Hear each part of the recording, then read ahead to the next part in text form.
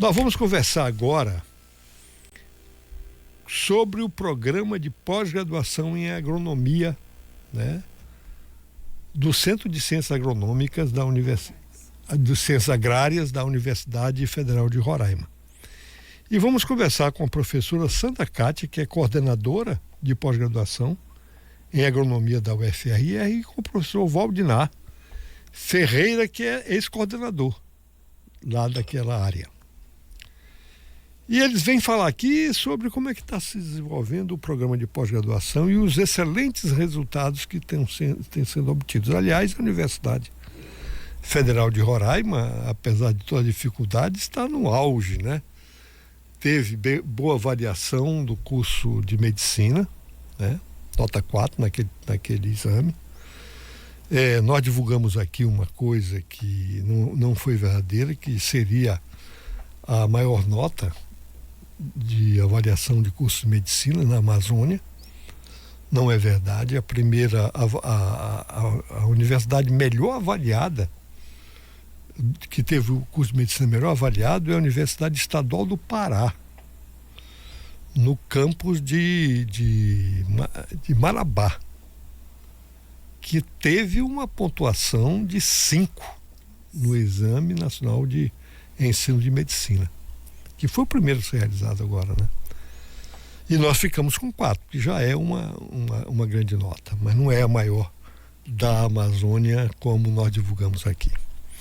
Bom, por outro lado, eu acabo de receber aqui uma notícia de que a EBSERV, a empresa que administra o hospital universitário, né, a empresa estatal federal que administra o hospital universitário, em parceria com a Universidade Federal de Roraima, fez uma pesquisa, né, de satisfação das pessoas atendidas naquele hospital universitário, durante o ano de 2025.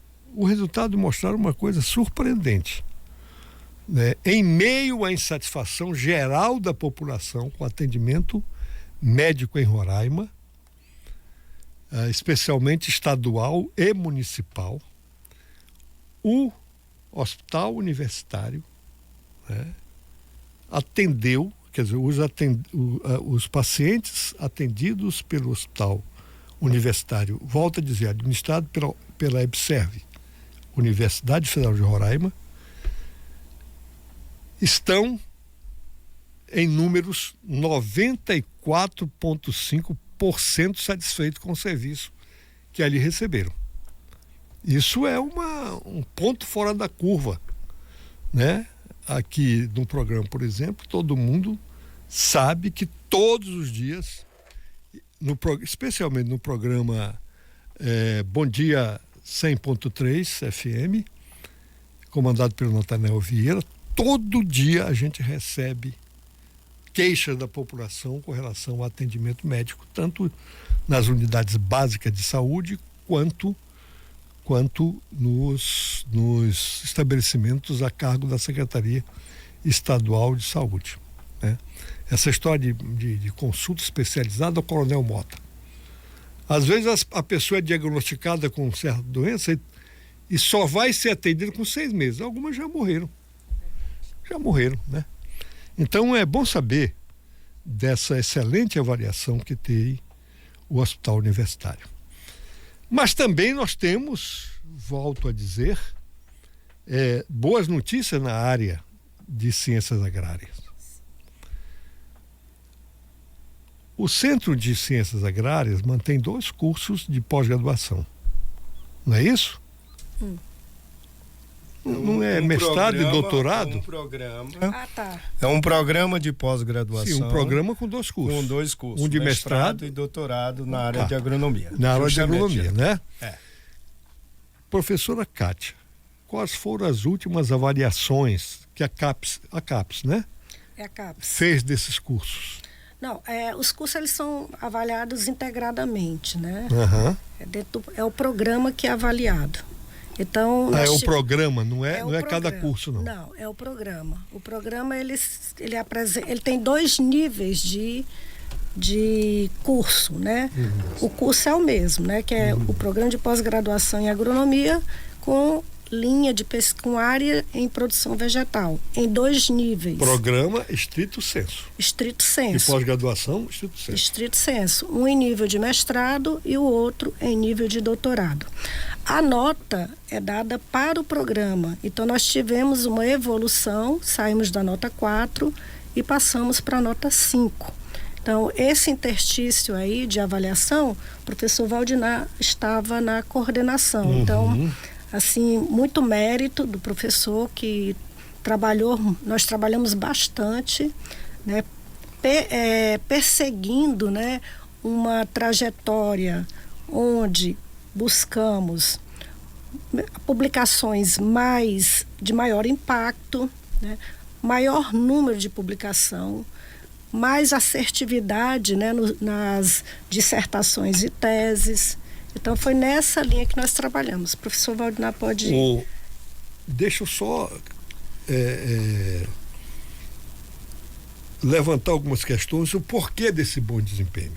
Aí o Valdinar, ou você pode dizer, quantos professores tem o Centro de Ciências Agrárias com o título de doutor? Na agronomia, hoje, todos os professores têm título de doutor. Todos os professores têm título de doutor.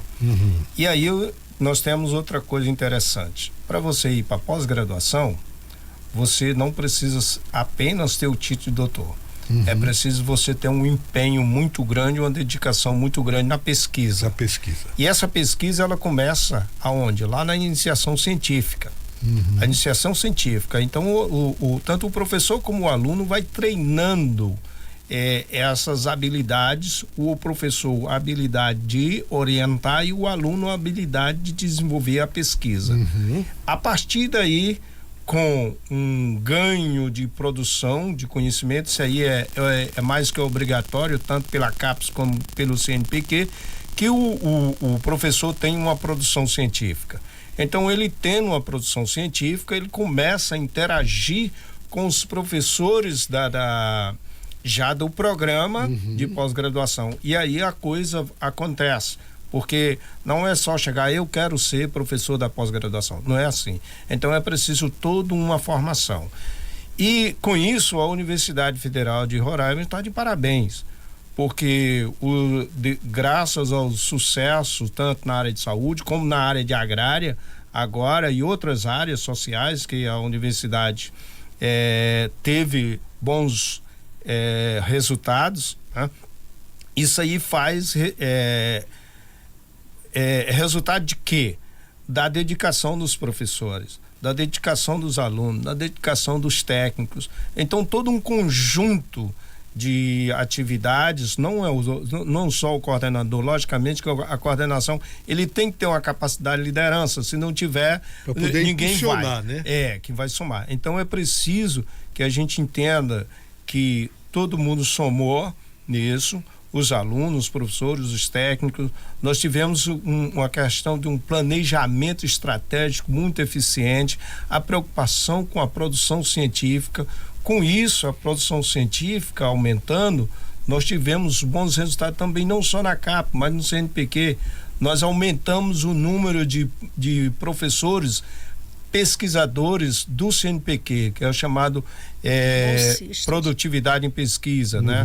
Bolsista de produtividade de pesquisa. Isso aí é um ponto a mais para o programa. Então, se, digamos, tem universidades, programa de pós-graduação no Brasil, que 100% de seus professores são bolsistas de produtividade em pesquisa. Isso aí é um fator que soma muito, porque se você é bolsista de produtividade em pesquisa, é sinal que você tem produções excelentes. E essa produção excelente, ela entra no score de produtividade, porque nós somos comparados nacionalmente. Não é porque eu estou aqui em Roraima que é disso, não, essa universidadezinha lá de Roraima vai ser tratada diferente. Não, a gente é tratado igual. Então nós somos avaliados juntamente com o USP, com o UFRJ, com o UFMG, com qualquer outra universidade. Então ele é trabalhado a média desses programas. E aí a gente entra nessas avaliações. Com isso, nós somos avaliados com aspecto, o programa como em si, como é que ele é estruturado, tá? A infraestrutura. Sim, toda a infraestrutura, como é que ele se planeja. A produção dos alunos, a produção dos professores. A produção dos alunos, a produção dos professores. Depois a gente é avaliado dos aspectos sociais, os impactos sociais. Esses impactos sociais, ele quer saber como é que está a situação do aluno egresso. Como o programa de pós-graduação está fazendo modificações nos avanços da sociedade. Em termos de empregabilidade. Sim, exatamente. E aí nós temos o outro item também que a CAPES avalia, que é a formação. A formação é como é que está sendo dada essa formação. Isso é importante. Então, é isso que a gente tem que trabalhar. Não é fácil, Getúlio. É um ano todinho, aliás, são 4 anos trabalhando em relatório, e quando chega no final, que é o quadriênio, a CAPES avalia o quadriênio, né? Então você tem que pegar, juntar tudo naquele final daquele quadriênio, e aí é uma trabalheira doida. E se o coordenador não tiver apoio tanto da instituição como dos colegas da pós-graduação que estão envolvidos, não vai. Vários cursos de pós-graduação estrito sensu, que são ministrados na Universidade Federal de Roraima, são feitos através de convênios com outras instituições, né? São chamados cursos institucionais, por mestrado interinstitucional. Agora, o programa de pós-graduação em ciências agrárias é próprio da universidade? É próprio. Mas nós temos uma parceria com a Embrapa Roraima. A Embrapa é nossa parceira. Mas aí o que acontece? O curso é exclusivamente da universidade, não entra outra instituição de ensino nessa parceria. E interessante também que nós tivemos essa parceria que foi muito forte no início, exatamente porque a Embrapa ela tem uma condição mais de pesquisa, né? E tinha uma estrutura melhor de pesquisa, mas ao longo do tempo tá vazando. Ao longo do tempo a gente tem observado que o curso ele foi amadurecendo, né? Os professores começaram a ter uma desenvoltura maior, e hoje nós temos um percentual muito pequeno dos nossos parceiros da Embrapa, embora muito importantes, né? Inclusive essa parceria era os da Embrapa que tinham bolsa de produtividade. Do CNPq. Do CNPq. Hoje nós temos 14 professores, né? 14 professores no curso. Nós temos da Embrapa 3 professores, né? Que é o Daniel, o Edivan e o Oscar. E os dois eram os únicos que tinham bolsa de produtividade. Hoje nós passamos a ter 6 professores com bolsa de produtividade.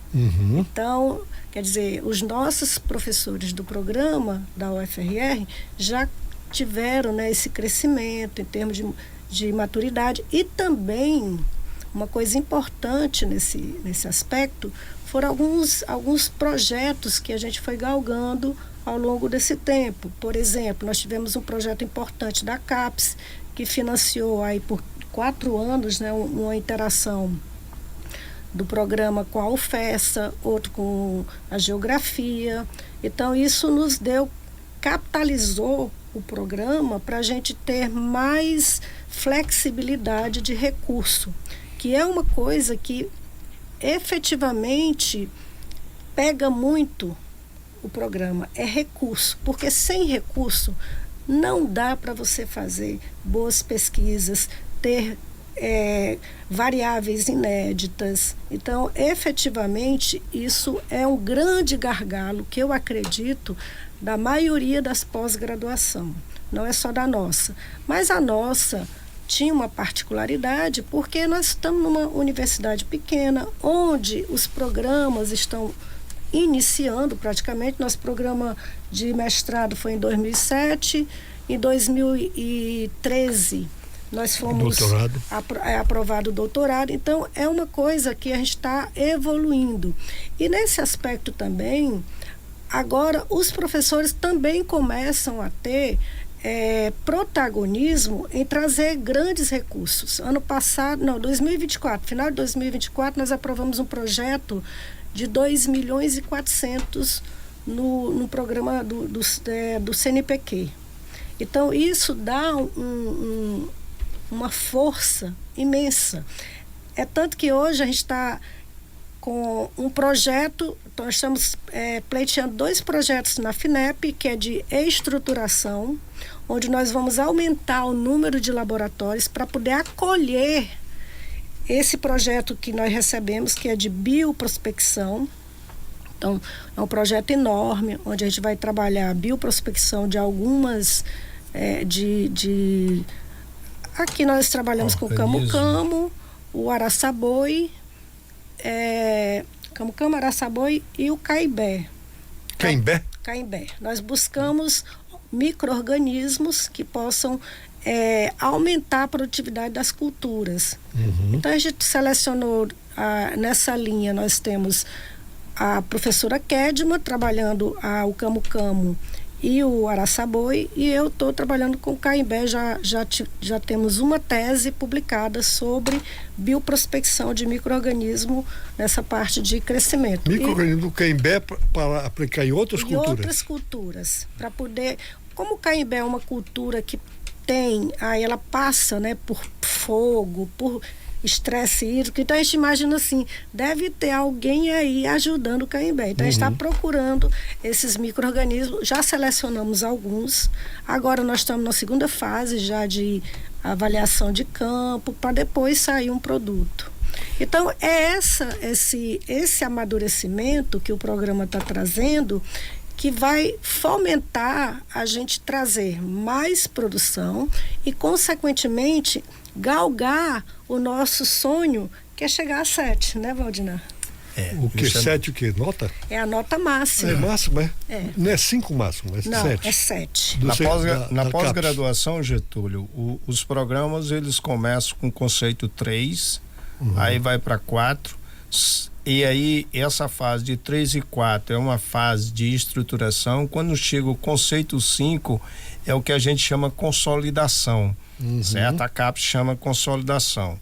E é muito importante que o programa de pós-graduação em agronomia, ele se consolidou com idade de 18 anos. Né? É maioridade. É, maioridade. Isso aí, então, a partir daí, a gente vai lutar para galgar conceitos 6 e 7, que é o conceito máximo. O que é o conceito 5 é a consolidação nacional. Perfeito. O conceito 6 e 7 já é a consolidação a nível internacional. E aí é que já estamos trabalhando nesse sentido e vamos trabalhar mais ainda, né? Precisamos dessa estruturação nacional, as parcerias com universidades, porque obrigatoriamente a gente tem parceria com outras universidades, o FESA, que é a Universidade Federal do Semiárido, no Rio Grande do Norte, com o FV, Federal de Viçosa, nós temos boas parcerias, e recursos da FINEP, tem esse projeto da professora Kedma, de 2.300.000, também a gente aprovou outro na FINEP, de 2 milhões, de 1.600.000, tudo nessa questão tanto da bioprospecção ou de insumos alternativos. Estamos também com um projeto CNPq, que aí é pesquisa com fontes alternativas, e aí buscando fosfato em Roraima. Tem uma tese sobre a minha orientação que vai ser defendida agora, justamente que a gente prospectou e fez avaliação de fosfato em Roraima. Fosfato, é? Sim, fosfato. Então, é isso que a gente galga, é pesquisas de bons resultados que possam ter esse impacto social, né? Impacto no desenvolvimento da indústria, no desenvolvimento do setor produtivo. E aí a gente vai partir para outra coisa, para a excelência internacional. O que é isso? É procurar trabalhar em rede com instituições internacionais. E nós já temos um início de parceria com a Universidade de Almeria. A gente já mandou 2 alunos em doutorado sanduíche. Almeria é Espanha, né? Espanha. Nós temos uma parceria também com a África, com o Benin. Eu estou indo para o Benin breve. Acabei de receber a carta do CNPq autorizando, mandando os recursos, agora mesmo. Saiu ontem. Eu vou ter que comprar passagem aqui. Daqui até abril eu tenho que ir lá passar um mês. Nós aprovamos, em parceria com outras universidades brasileiras, coordenado pela UFV, um projeto da CAPES, chama CAPES Global. Então nós vamos interagir internacionalmente com as universidades do Sul Global, principalmente, também não excluindo a Europa e Estados Unidos. É isso que, então, é o nosso propósito. Ter essas inserções internacionais, para quê? Porque a CAPES avalia desse ponto de vista. Nós precisamos melhorar o ranking de produção científica do programa, com esses artigos de ponta, publicados em revista de alto impacto. Tá?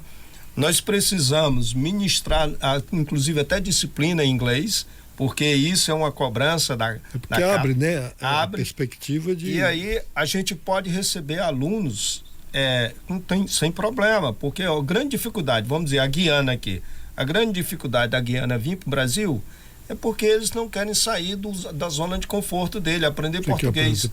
Tá? E é isso que a gente pretende fazer. Né? Então, a professora Sandra Kátia falou uma questão muito interessante, a questão dos recursos. E a Universidade de Roraima, ela tem um diferencial em relação às outras universidades. Ela destina uma parte do orçamento, descentraliza para pós-graduação. É pouco, mas já é uma coisa importante.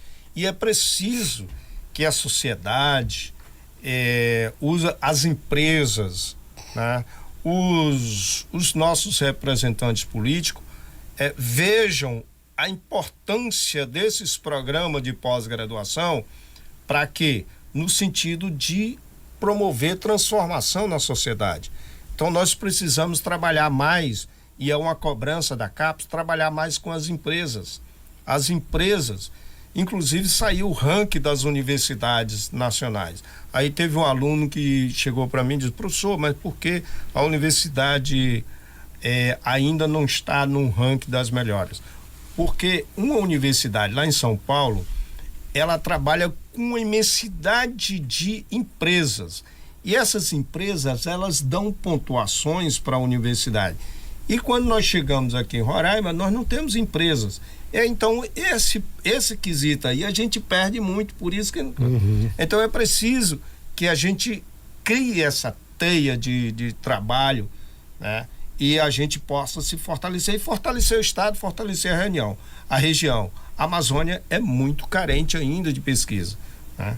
Bom, a Sandra Kátia falou que o mestrado foi instituído em 2007 e o doutorado em 2013.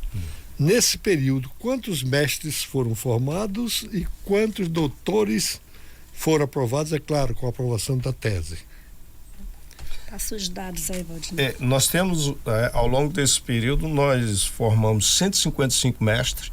Eu acho que parece que está... 155 mestres. 155 mestres. Tem um agora que vai entrar mais na contabilidade, vai passar a 156. E 36 doutores de 2014 entrou gente. Então, com a entrada de 2014, né, nós formamos 36. Mas interessante que esse número de doutorado pode até achar baixo. Mas para você, né, formar um doutor são 4 anos. São 4 anos. E quando ele entrega a tese rápido, né? E é outro ponto que nós estamos firmes em forçar, porque o tempo de conclusão é um ponto de avaliação também é avaliar. avaliado. Então, nós ofertamos vagas aí em torno de 10 mestres e outros doutores anualmente, né? A gente tem bolsas, né? Não temos dificuldade de bolsa para esses alunos, né? Nós bolsa temos da CAPES. CAPES e CNPq. CNPq. Nós temos aí hoje, com a criação da FAPER, né? Nós já estamos aí num direcionamento da possibilidade de bolsas pela FAPER. A FAPER está estudando a viabilidade de disponibilizar bolsa. Ela já disponibilizou projeto de pesquisa, inclusive nós temos projeto de pesquisa financiado pela FAPER hoje, né? E isso é importante. Então, foi um grande ganho para o estado de Roraima a criação da Fundação de Amparo à Pesquisa. Porque... Só com relação a esse número de doutores, Getúlio, é uma coisa bem interessante. É que esses alunos, quando finalizam o doutorado, já estão empregados praticamente, seja nas empresas. Só para você ter ideia, dentro do nosso programa, do nosso curso de agronomia hoje, nós temos 3 doutores formados por nós. Professores. Hoje professores. Passaram no concursos muito concorridos. Eu sei porque eu tenho um primo lá. É o Diego? É o Diego Cruz. É o Diego Cruz. Meu primo. Então, o Diego ele entrou no concurso nosso, teve a Deise e teve o João. E concursos bem concorridos. Ou seja, além da gente estar formando doutores, nós estamos formando doutores com muita qualidade, né? Aptos a concorrer em qualquer concurso. Meninos mestrandos nossos passam rapidamente para doutorados em outros programas. Nós temos doutorandos ex-mestrando nosso na USP, na Universidade de Santa Maria, em Viçosa, que é outra coisa que a gente... Fluminense. Outra coisa que a gente incentiva é que o nosso mestrando, ele saia para fazer doutorado em outras universidades para ter uma visão mais Agora, abrangente. Vocês falando aí, eu fico pensando, como eu conheço um pouco a estrutura administrativa da universidade, que é altamente centralizada, muito colegiada, muita discussão. Esses recursos que o programa tem recebido, como é que é a execução deles? É direto do programa ou passa pela universidade? Então, ele descentraliza para o programa, aí o programa destina ele para compra. Se vai para compra de material e tudo, quem faz todo o processo é a universidade. Por exemplo, a gente recebe... Pois é executado diretamente. A execução é complicada, realmente. Ainda nós temos um entrave muito grande nessa execução.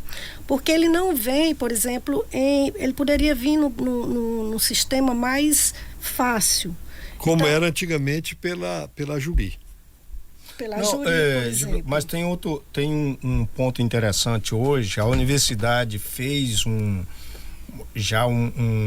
assinou uns termos de como é que chama? De trabalho com a Funarb, que é a Fundação Arthur Bernardi. Então, vamos dizer, os recursos da FINEP destinados a programas são geridos pela Funarb.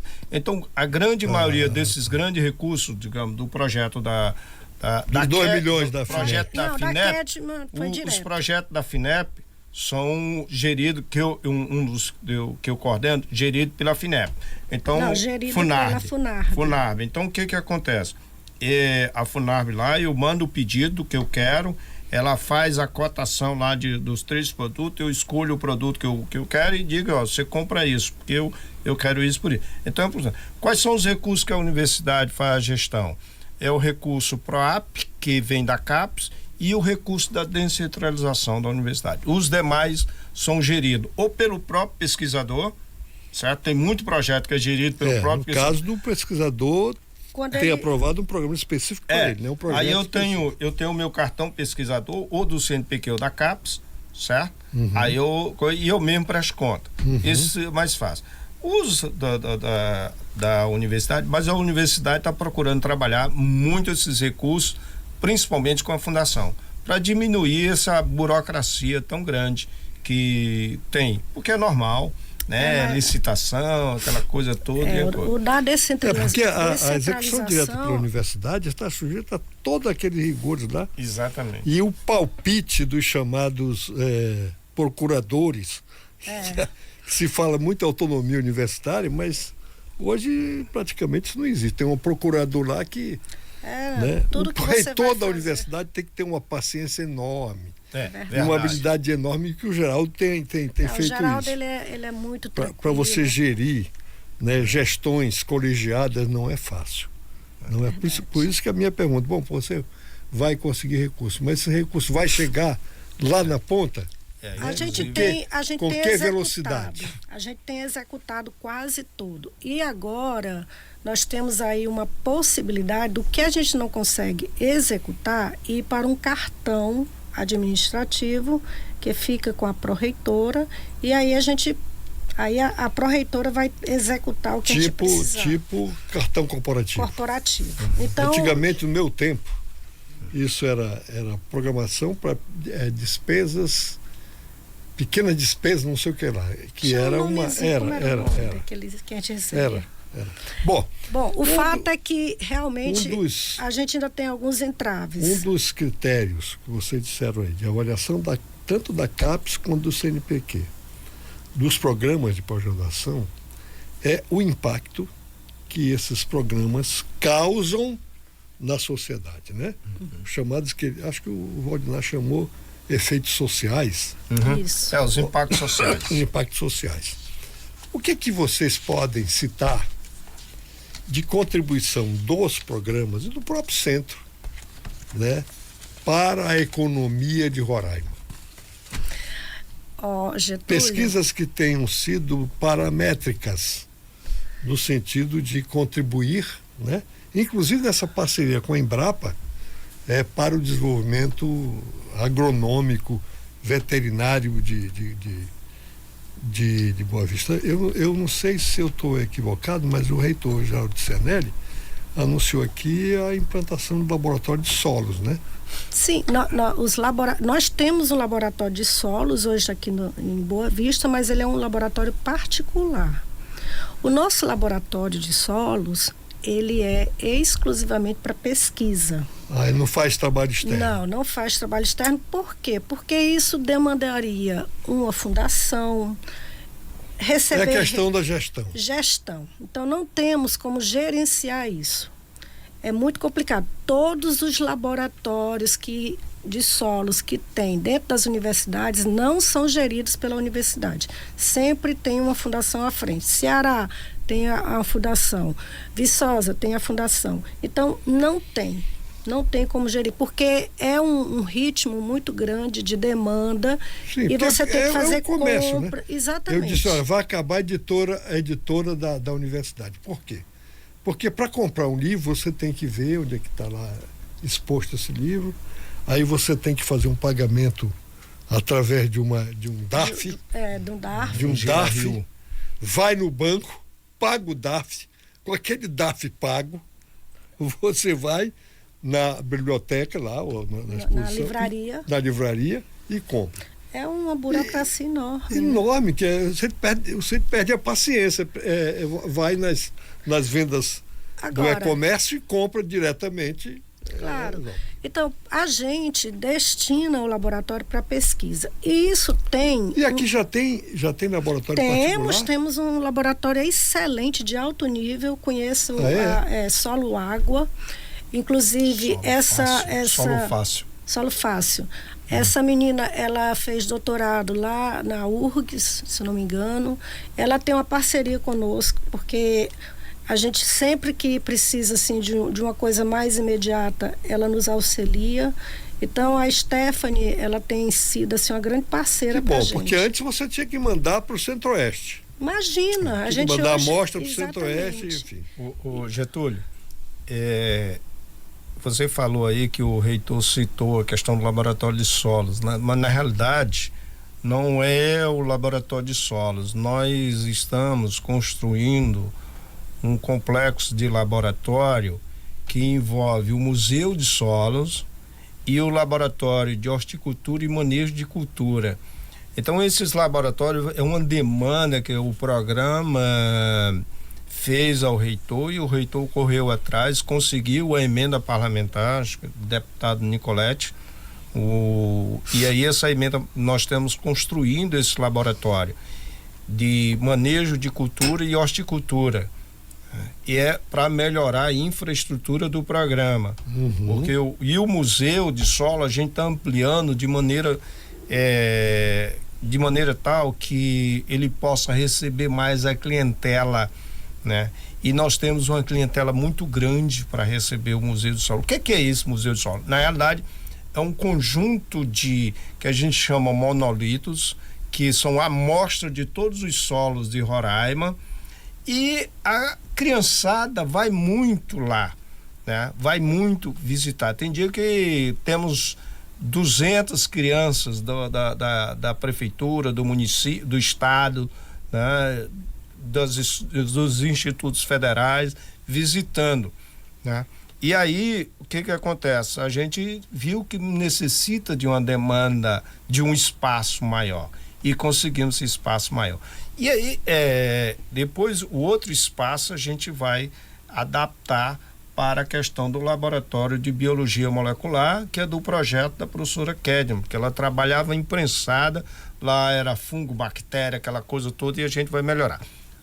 Moral da história, é o grande algo do ponto de vista de impacto social que a gente está fazendo muito, já atraindo a criançada para a universidade, para ele conhecer a universidade.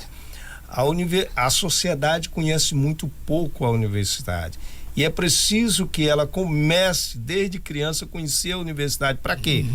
Para que ela chegar à idade, ela já saber ir para a universidade. Existe uma propaganda muito massiva, tanto do governo, do próprio governo, como das instituições, direcionando o ensino superior para as privadas. Isso aí a gente vê direto na mídia, né? E aí, eu não vejo a propaganda do governo direcionando para a universidade pública. E é preciso que a universidade faça isso, atraia a criancinha, porque na universidade, nos cursos de graduação, Getúlio, você sabe, nós podemos capacitar esses jovens melhor ainda, e aí depois a gente vai ter bons estudantes no mestrado, e aí a gente tem a iniciação científica, o aluno recebe, não paga nada para estudar, recebe R$700 na iniciação científica. Esse é um detalhe importante, Getúlio, que é incrível. A gente faz visitas no interior e as pessoas não sabem que a Universidade Federal é gratuita. Você acredita nisso? Ela é gratuita? Eu acho que a pior propaganda negativa que se faz sobre universidades públicas de um modo geral, e a de Roraima não foge regra, é de que a universidade é entregue a grupo de esquerda. Também que não querem saber de iniciativa privada, que não querem saber de relacionamento com empresa, quando vocês estão demonstrando aí que há um interesse nessa integração. E dentro da nossa ação, dentro desse aspecto social, nossos doutorandos, a maioria vai para o campo. Temos doutorando atuando na melancia, no melão. Nós estamos trabalhando com produção de bioinoculantes. Nós estamos direto. Você está procurando micro-organismos no Caimbé para poder diminuir a entrada de fertilizantes minerais que são caros. Porque o Caimbé que só servia para arrancar a folha e arear a panela quando não tinha. Pois você está vendo que é uma planta fantástica. Getúlio, só concluindo aí, então é importante que a sociedade saiba que a universidade é pública, é gratuita, e o estudante, muitas vezes, ele recebe uma bolsa de iniciação científica é R$700. Basta ele querer estudar e querer se envolver. Tem bolsas de diversas naturezas, auxílio alimentação, auxílio transporte. Nada, o estudante. Eu tenho um aluno. O número que eu tenho aqui é que na Universidade Federal de Roraima, cerca de 30% dos alunos recebem dinheiro para estudar. Não é que não paguem. Tem restaurante universitário gratuito, tem uma bolsa de ajuda. Bolsa extra, então tem uma pró-acadêmica chamada. Que inclusive desmente, e eu sou testemunha disso, porque eu passei 52 anos em sala de aula de universidades públicas. É a história de que a universidade pública é frequentada pelos ricos. Não. Isso é uma mentira deslavada. Desde quando eu fui aluno, nos idos de 1971, que eu já iniciei na universidade, a maioria dos estudantes da universidade eram pobres. Claro. Então, Getúlio, o impacto da pós-graduação, respondendo a sua pergunta, começa pelo colocar um profissional de boa qualidade dentro das empresas, no mercado. Então, nós temos profissionais levando a tecnologia para esse mercado. Nós temos profissionais tomando decisões, né, nos órgãos. Nós temos profissionais em praticamente todos os órgãos aqui de Roraima e também fora de Roraima. Nós temos toda a América Latina, nós temos profissionais formados já no programa de pós-graduação em agronomia. Nós temos recém-formado agora mesmo, um orientando meu, foi assumir a Embrapa lá no Piauí. Né? E assim vai. Então os impactos começam por aí. Saiu daqui para o Piauí. Foi, assumiu a Embrapa. E quais são os outros impactos? São esses produtos. Nós estamos trabalhando com insumos alternativos, né? Prospecção com fosfato, tudo isso no sentido... Pois é, onde é que tem fosfato em Roraima? Nós temos algumas áreas aqui, eu não posso divulgar agora. Será que não vai coincidir com áreas indígenas, não? Nós temos, infelizmente, nós temos áreas indígenas e áreas não indígenas. Tem áreas não indígenas. Áreas não indígenas, certo? Então, o que acontece? Eu até o próximo mês a gente defende essa tese de doutorado e aí a gente vai convidar a sociedade a participar e apresentar os resultados. Nós temos olha, o que nós estamos fazendo agora?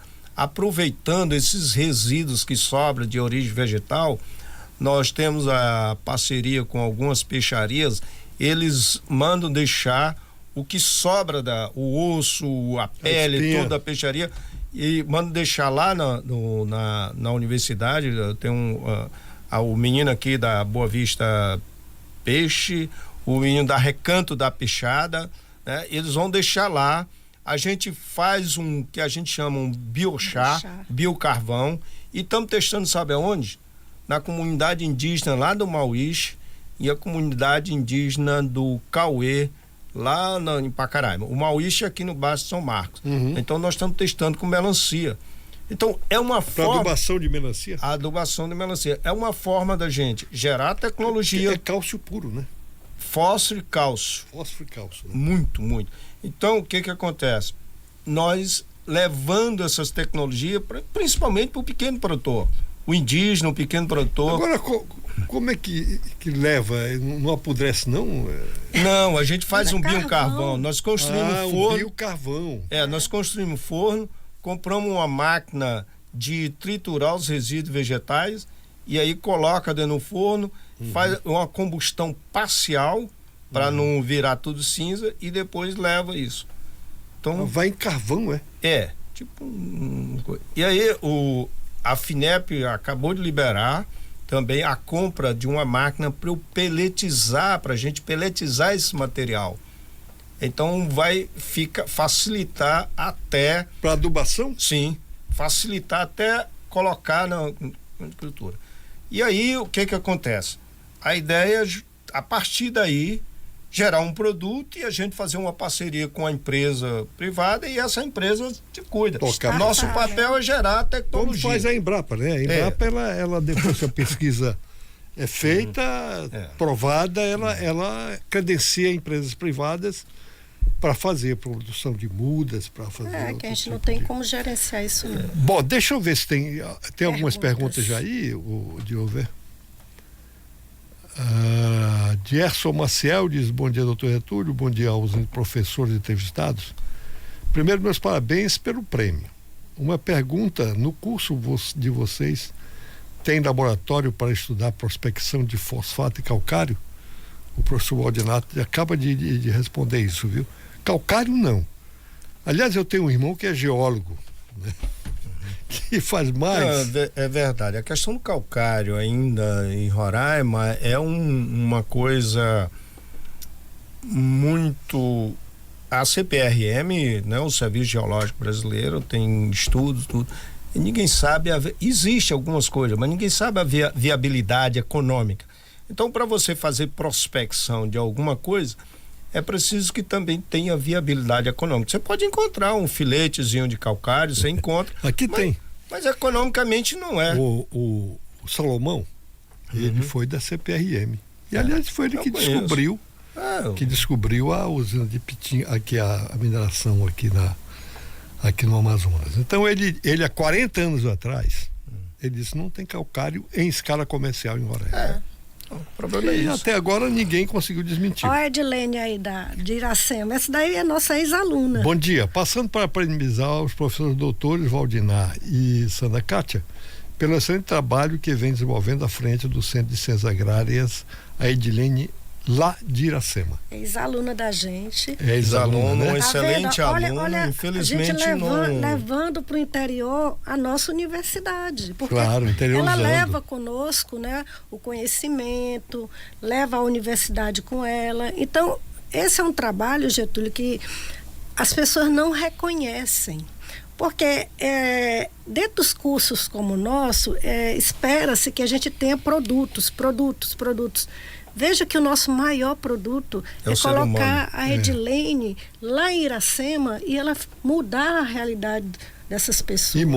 E muda. Edilene é uma força lá em Iracema. O Joel Maduro, jornalista, diz: bom dia, doutor Getúlio, e aos ouvintes do Agenda da Semana, pergunte aos professores quando estará aberto o edital de ingresso no mestrado profissional de recursos hídricos via professor AD Universidade Joel Maduro. Joel não é da área de ciências agrárias, não. Acho que é considerado o pessoal da geologia. Eu recomendo que ele procure os professores. Acho que, se eu não me engano, é o professor Frutuoso lá da engenharia, que é um dos coordenadores, né? Mas ele tem que procurar a coordenação do programa para saber o lançamento do edital. O vice-reitor da universidade. O Silvestre também faz parte, né? O professor Silvestre. É especialista nisso. O doutorado dele foi sobre a gente Branco, recomenda, ele trabalhou aqui com a orientação do professor Wellington Faria Araújo, nosso colega do Pós-Agro. Então é preciso que, e aí com toda atenção ao ouvinte, que ele se direcione à coordenação do programa para que ele veja os lançamentos digitais, porque são independentes dos programas.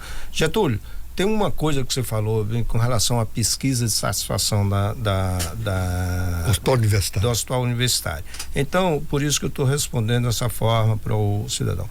O paciente, quando chega num hospital, a primeira coisa que ele quer saber, ele quer ouvir um bom dia e ser bem recebido. Se ele é bem recebido, já começa uma satisfação. Depois vem o tratamento. Se não é mal recebido, ele já não... Então, isso, parabéns ao hospital por fazer esse trabalho, né, que dá uma boa satisfação. Da mesma forma, nós dos programas de pós-graduação da agronomia, a gente tem esse compromisso de responder porque é o nosso cliente, é a pessoa da sociedade. Muitas vezes ele não está informado direito, e aí a gente direcionar bem para que ele se sinta bem na resposta. Ninguém tem dúvida, só quem não quer abrir os olhos, de que Roraima passa por uma revolução tecnológica, né? Inclusive, respondendo um pouco ao João Maduro, na questão de irrigação. Exatamente. Hoje é um consenso de que em Roraima, dado o espaçamento da estação chuvosa, da estação seca, você não pode pensar em agricultura que não seja irrigável, a não ser a de ciclo curto, porque aí você aproveita o período chuvoso. E a irrigação, ela é um componente principal do que a gente chama agricultura de precisão. A agricultura de precisão, ela vem, é um conceito de uso correto da terra que vem de muito tempo, mas aí vai mudando os nomes. Uso correto da terra e custos da ponta do lápis. Exatamente. Custo de produtividade. Custo de produtividade. E a irrigação, ela vem nesse sentido da eficiência do uso da água. Eficiência do uso da água, tanto no armazenamento pelo solo, como a absorção pela cultura, controle de doenças, e tudo isso vem somar. E nós trabalhamos isso, o professor Hélio, que é da área de irrigação, vem trabalhando bastante isso. A gente tem projetos que vai somar. Volta ali no Lino, que ele mandou ali, olha, mandou uma fotografia. Aqui tem caimbé. Olha o caimbé dele. Aí, tá mal. Santa Cátia. E aquele caimbé ali, olha, ele parece que é de semente, né? E lanceu a sementinha. Tá certo, tá nascendo ali. Vamos ouvir o Carlos rapidamente? Bom dia, doutor Natanael, bom dia os ouvintes. Doutor Natanael, vou fazer as perguntas para os coordenadores dos cursos aí. Não, vale. Referente, eu sei que os professores das instituições federais, tanto da agro, como da aplicação, como do IFE, são bem qualificados, sem nenhuma dúvida. Praticamente de mestre para cima. Esses são uns que eu acho que são pouquíssimos que têm só especialização. Agora, minha pergunta é o seguinte: os professores são qualificados, têm estrutura. Por que não está tendo o resultado, no meu entendimento? Os alunos do ensino médio, quando saem, a nota do IDEB, digamos assim, as instituições federais sempre ficam, nesse último aí, ficou abaixo do 10º lugar que no nosso estado. No meu entendimento, é uma nota baixíssima. Nos vestibulares, digamos assim, no vestibular, nos cursos mais concorridos, digamos assim, no meu entendimento, nos top de medicina, de direito, de psicologia, assim, eu não vejo as escolas apostando, geralmente, só dos cursos menos concorrido, entende? Ou seja, na minha pergunta, assim, o que está faltando para as instituições federais se destacar como antigamente, há 10 anos atrás? Um excelente dia. Realmente essa pergunta ela é bem interessante, porque nós temos uma conjuntura no sistema educacional brasileiro que ele vem defasado lá do básico. Se não tivermos uma boa formação no básico, né, nós não vamos ter boas respostas na universidade. E antigamente, eu sou de uma época que a gente estudava mesmo para passar no vestibular. Por quê?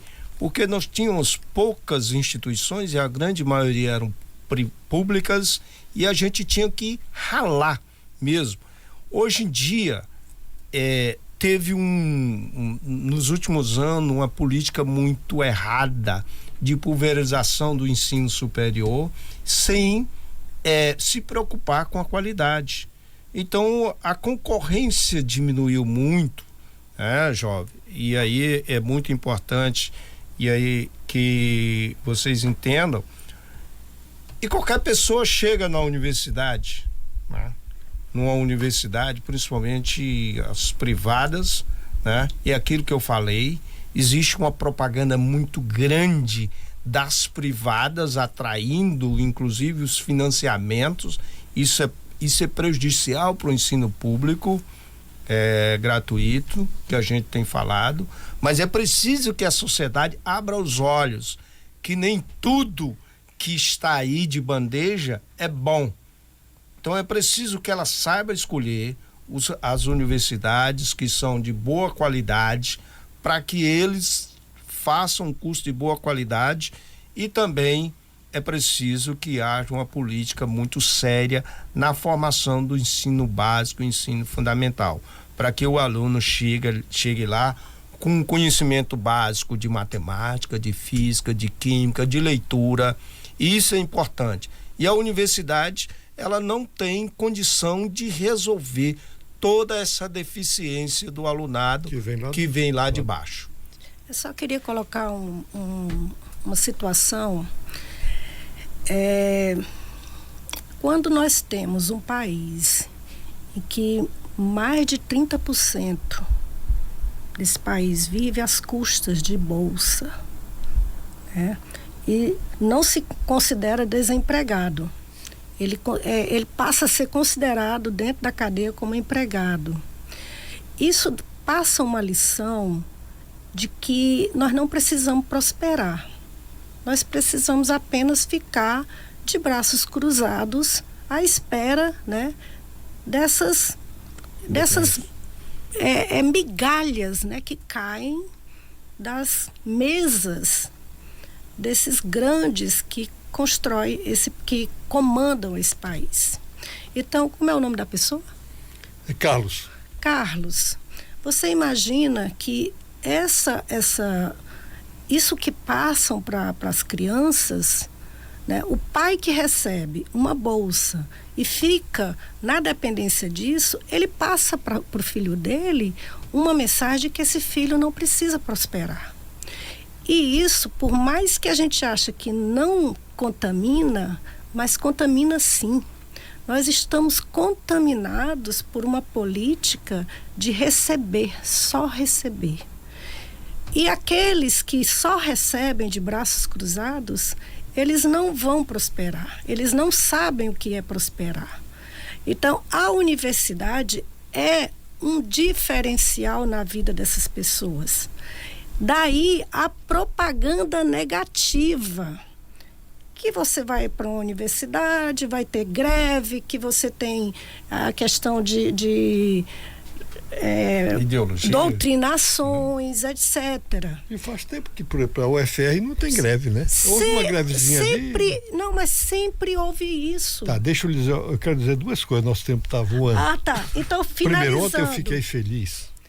Eu conversei com o secretário de Atração de Investimentos do Governo do Estado, o Aloysio Nascimento, que me disse assim, olha, o pessoal, os pesquisadores da Universidade Federal de Roraima, né, foram importantes na descoberta das terras raras ali no município de Caracaraí. Foram eles que levaram a essa descoberta, né? Não foram, não? Não. E me disse assim, né?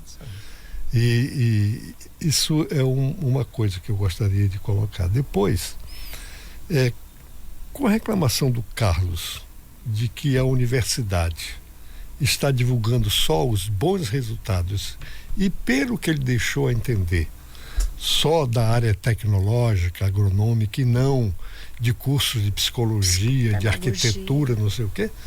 Isso é decorrente de que são esses setores da universidade, e ainda bem que seja assim. Porque eu entendo que eu tenho um monte de curso aí que a iniciativa privada pode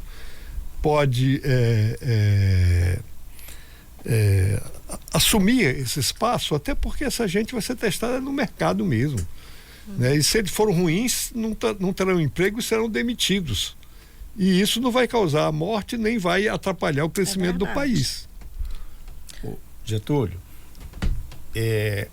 a sociedade tem que entender que as universidades, ela tem um papel realmente fundamental, né? E a universidade, para ela ser universidade, ela tem que ter todas essas áreas mesmo, né? Mas é o seguinte, nenhuma universidade se destaca em todas as áreas, certo? Não existe nenhuma universidade no mundo referência em todas as áreas, medicina, agronomia, ciências humanas. Tem universidade excelente nas áreas de ciências humanas, tem universidade excelente nas áreas de engenharia, nas áreas de medicina. Isso é no mundo todo. Eu digo por isso, porque eu já passei por 1, 2, 3, 4, 5 e é a sexta universidade a que eu trabalho. E tem isso, né? É preciso que entender, né? E outra coisa, os profissionais, não sei porque se não divulga, quem tem que divulgar são as próprias pessoas que fazem, né? Eu conheço excelente psicólogo, excelentes historiadores, excelentes profissionais formados pela Universidade Federal de Roraima. Engenheiros. Bons engenheiros. O atual vice-governador é engenheiro formado pela UFRN. Pois é, o vice-governador, justamente. É isso que, essa percepção das pessoas, elas não conseguem captar. Porque quando você bota um engenheiro no campo, esse engenheiro no campo é o nome dele que vai ser divulgado, mas por trás dele tem uma universidade. Só um detalhe que eu chamo a atenção é que as bolsas que as pessoas recebem, não é errado elas receberem, pois elas precisam sobreviver. Mas as pessoas têm que entender que tem que buscar prosperar, a partir disso, incentivar seus filhos a estudar. Dá para entender, Cátia. Sobretudo que você não tocou num ponto. Qual foi? Essa história de que o Brasil atravessa o menor desemprego é de uma sem-vergonhice, né? E muito bem capitaneado pelo atual presidente do IBGE, então, que é conhecido por ser um economista de mentirinha. Pois é, não de mentirinha, até que ele é inverteu o competente mapa, né? no que ele se propõe. Né? Mas ele vem já de muito tempo sendo né, um técnico que martela dados para apresentar resultados. Eles inventaram a tal do desemprego, né? Ele é medido apenas pelas pessoas que procuram. Né? E aí vem o que você diz. Ora, 30% da população brasileira, ela vive de programas sociais. 60 milhões de pessoas nisso. De programas sociais. E essa gente nem quer procurar emprego, porque se assinar carteira, perde o benefício. Como eles podem trabalhar na informalidade, não há razão alguma para eles se procurarem emprego, se empregarem, né, e perder o benefício. O benefício vem, hoje em dia, da luz que não paga, do gás que não paga, do Bolsa Família que não paga, da escola que não paga, enfim. Você tem toda a razão com essa indignação. Pode ser que resolva em parte, e de fato resolve, o problema da fome crônica, mas não prospera. Não prospera. É isso que o nosso país tem que enxergar. É um país muito rico. Por que 60 milhões de pessoas precisam viver de migalhas? Porque se contentar com tão pouco, né? Tão pouco. Bom, são 11h04.